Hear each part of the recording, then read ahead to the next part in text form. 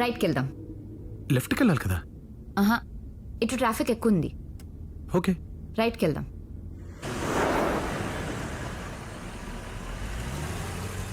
రే చిన్నయ్య రా. చిన్నయ్య చిన్నయ్య చిన్నయ్య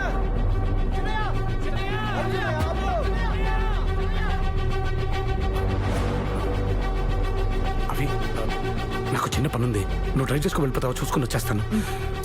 ఇలా sudden programmes పెట్టకు Raghava. I don't like all this. ఈ ఒక్కసారి కవి ప్లీజ్. సరే వెళ్ళు. ఒక్క నిమిషం.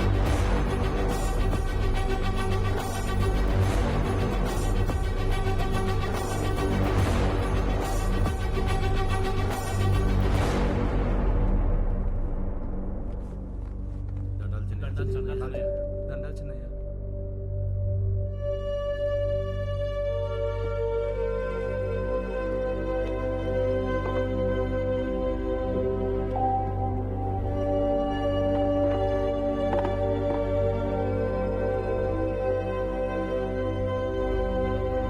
Sir order please.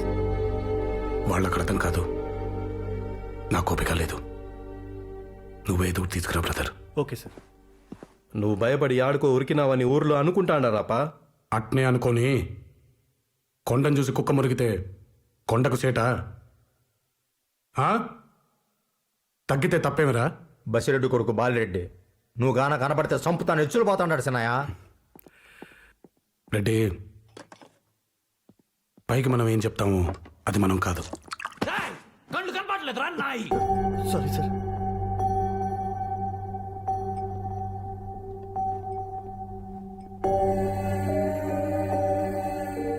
బాలరెడ్డిది కోపం కాదప్పా, భయం.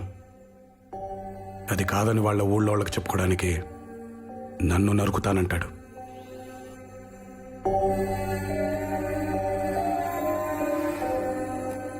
ప్రేమకైనా పగకైనా ఓ మొహం కావాలి రామరెడ్డి. అందుకే నా మొహం తప్పించిన శత్రు లేకుండా ఎన్ని దినాలు వాళ్ళ గాళ్ళు కత్తులు తిప్పేది. మా జేజీ నరకటం నీ లక్షణం రానింది, అవలక్షణం లేక మనమండి కదా. అది మార్చుకుందామనే, పెళ్ళాం పిల్లలతో మీరు బ్రతకడం నేర్చుకుంటారనే ఇల్లుని అయ్యలేనమ్మను వదిలేసి వచ్చేసిన. అది అర్థం చేసుకోకుండా చేతులు బిగిస్తే ఎట్ట స్వామి?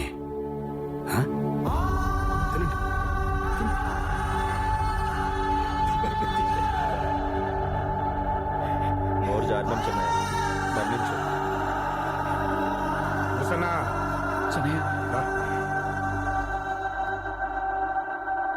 Sorry brother.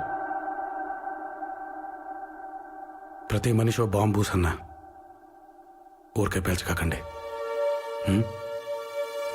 లే, ఇక్కడంతగా నచ్చినట్లేదు, దారి లేదని తినిపోండి.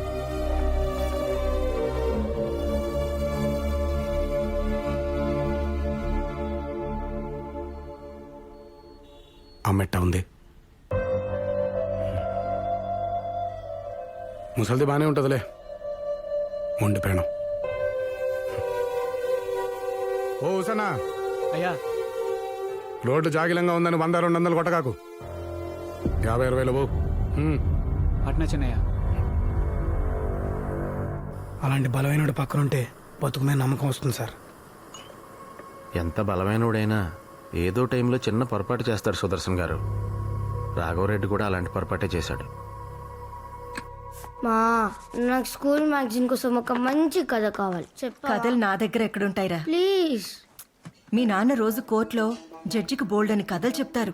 క్లయింట్ దగ్గర ఎంత కమిషన్ నొక్కేసావయ్యా అని అడగగానే అయ్యో నాకేమిస్తారండి అని మన బాబు చెప్తాడు, చూసావు? అవి కథలంటే. ఆదివారం నాడు కాలేజ్ ఏంటి అని మీ నాన్నగారు అడగగానే ప్రైవేట్ క్లాస్ కదా డాడీ అని మొదలెట్టి అందుకే కంపల్సరీ వెళ్ళాలి అని పూర్తి చేస్తుంది. ఆ మధ్యలో ఉండేది అద్భుతమైన కథ. అది మాలాంటి వాళ్ళు కాదు, వెళ్ళి మీ రెండో ఒకని అడుగు, ఎరగదీస్తే. నేను పార్టీకి వెళ్ళాలి, ఒకసారి నీ డ్రెస్ ఇస్తావా అని అడిగితే, అర్రే ఎక్కడ పెట్టానో మర్చిపోయానే అని అక్క చెప్తుంది, చూసావా? అవిరా గ్రేట్ స్టోరీస్ అంటే. వెళ్ళి దాన్ని అడుగుపో. కథలంటే బాగా ఖాళీగా ఉన్నోళ్ళు చెప్తారా? మన ఇంట్లో అంతా గోళ్ళు గిల్లుకుంటూ కూర్చున్న వాళ్ళు ఎవరున్నారు? రాఘవా, మా తమ్ముడికి స్కూల్ మ్యాగజైన్ కోసం కథ కావాలంట. చెప్తావా నేనా? ప్లీజ్?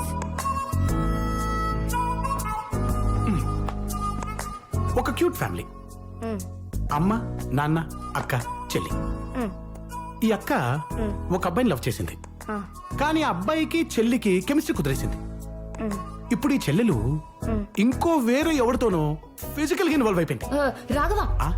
కెమిస్ట్రీ ఫిజిక్స్ లేకుండా కథ చెప్పలేవా? ఏదైనా కథ చెప్తే మనదే ఉండాలి.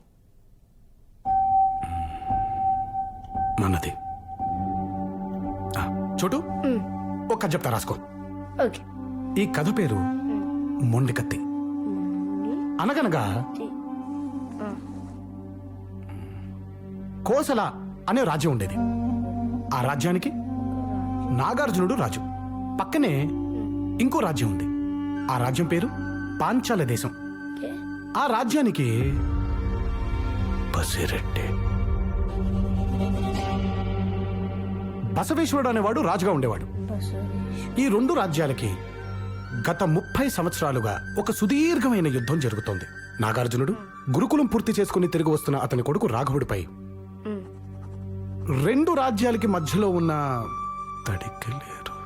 తపతీ నది వంతెన దగ్గర పాంచాల దేశపు సైనికులు దాడి చేశారు.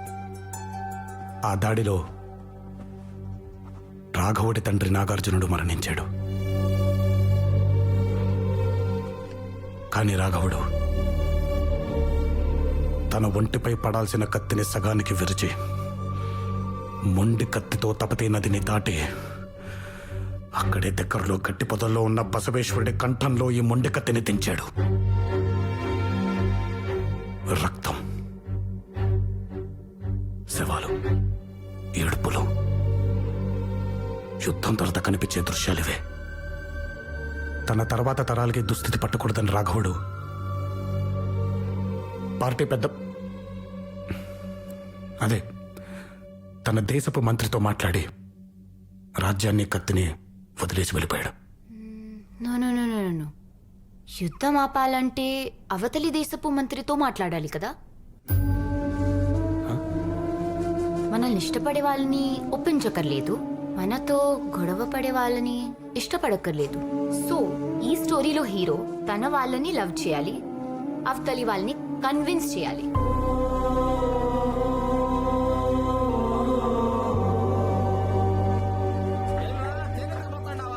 చెక్ పోస్ట్ కాడ కాపెట్టుకుని ఉన్నారు పోలీసు వాళ్ళు. నేనేమన్నా అంత లేసుగా సిక్తానా? అక్కడ కండుగా పెట్టబాలో నాకు మంచిగా తెలిసిలే అప్ప.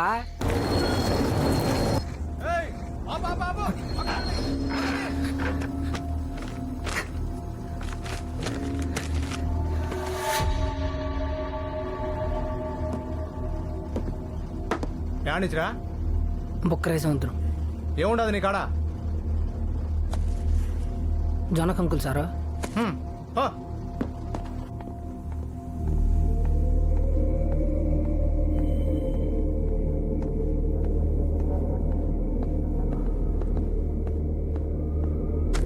గురుగారు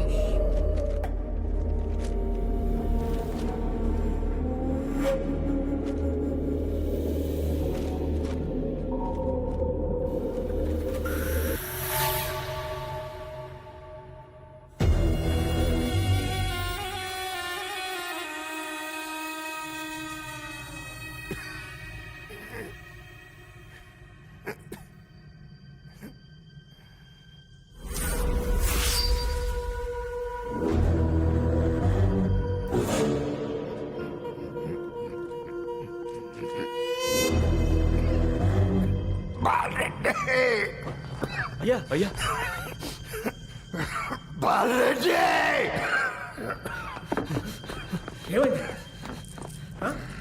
ఏమైంది ఆయన? పసివాముల నుంచి యంగముని సిద్ధప్ప, గోవల్చెరు నుంచి సోబు లాలప్ప, పూర్మాల నుంచి సీనయ్య జక్కయ్య, పాండవ నుంచి హుసేన్ పీరావు గౌస్పష రావాలా. వీళ్ళంతా ఏంటికి నాయనా? నారప్పరెడ్డి కొడుకు గొంతు కొయ్యాలా. యాడుండాడు నాయనా? ఈడు కావాలా? వీడికి మన కథ తెలుసు. వానికి చెప్పిన నారపరిచి కొడుకు జాడ తెలుసు. అసోడికి ఇంతమంది ఏంటికి నాయనా? వీని పట్టుకోగానే వాడు బయటపడతాడు బాలరెడ్డి. ఏం మనం చాలమా? ఆ రోజు 50 మంది ఉన్నాం. చాలామా? వాడు కత్తి చీరని ఒళ్ళు లేదు, నెచ్చినోడిని మనిషి లేడు. ఆ బుద్ధివాడిని చూస్తా అంటే సావు సొక్క లేకుండా తిరగన్నట్టు బాలరెడ్డి. అందుకే తరికలేరు కాడ వాళ్ళ ఉమారో సోడినాళ్ళు కావాలా. వాడిని గుర్తుపట్టడానికి ఓబడం, మొట్ట పెట్టడానికి వాళ్ళు కావాలా.